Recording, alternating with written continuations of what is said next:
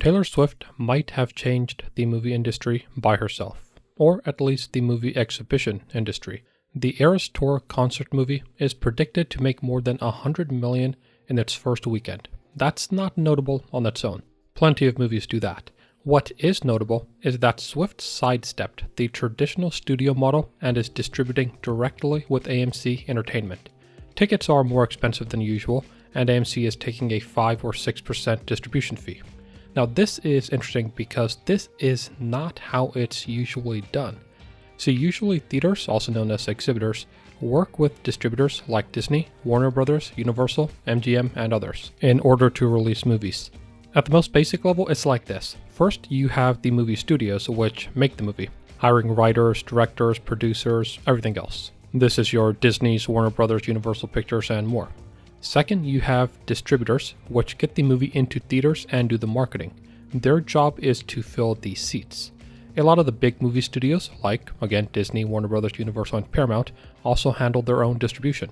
Even if a movie is independently produced, like Clerks or El Mariachi or Requiem for a Dream, they still need to work with distributors to get the movie into theaters.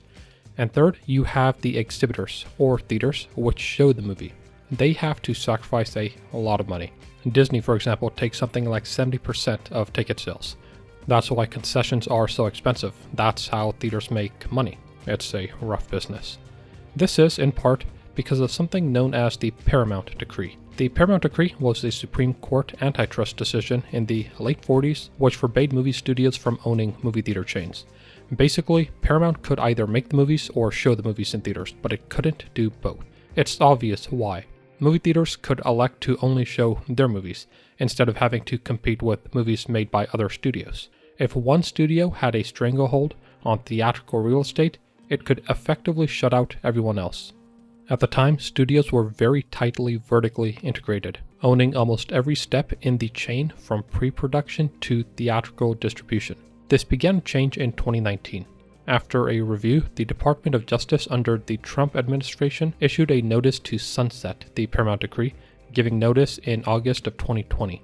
The studios were for sunsetting the decree, basically repealing it, while independent movie theaters were against it. The reason the DOJ gave was that it was, quote, unlikely that the remaining defendants can reinstate their cartel, end quote, referring to the studios. Basically, the thought was that the decree had run its usefulness, and even if studios could operate movie theaters again, they couldn't get a stranglehold. When the decree was repealed, it was thought that now the studios could get back into owning and operating theater chains. But something more interesting happened. AMC decided it would get into the distribution business. After all, nothing was stopping them anymore. This became even more obvious when you consider that AMC now has a page that lets you submit your film directly to its theater for consideration without needing a distributor or studio behind you. It's not that simple, of course. If your film has no marketing budget, it's going to be close to impossible to get AMC to screen it. But there's a less need for a middleman now, meaning more profits for independent movie makers and theaters. If you want to throw your hat into the ring, the link is in the description.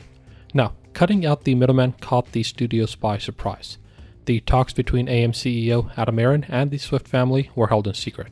Before this, Swift had tried to work with the studios to distribute the concert film, but for whatever reason, negotiations never amounted to anything.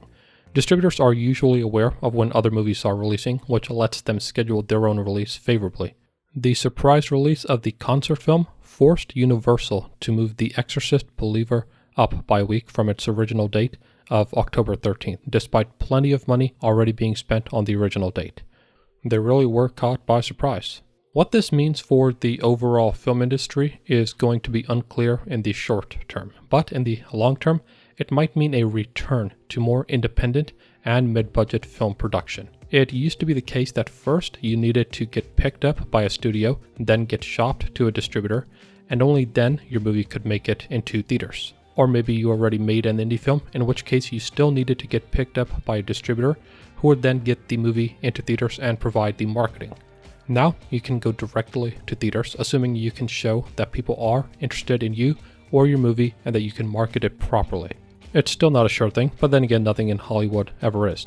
But it does open up a completely new line of business for movie theaters, as well as access to nationwide exhibition for independent filmmakers. It might even force Hollywood studios to focus on making more interesting movies and adding more talent to their roster, as they might now be competing with a completely new swath of filmmakers who have less of an issue cutting them out of the process entirely. There are a lot of maverick filmmakers out there. They might be coming to a theater near you. I don't know where this will lead for sure, but I am optimistic.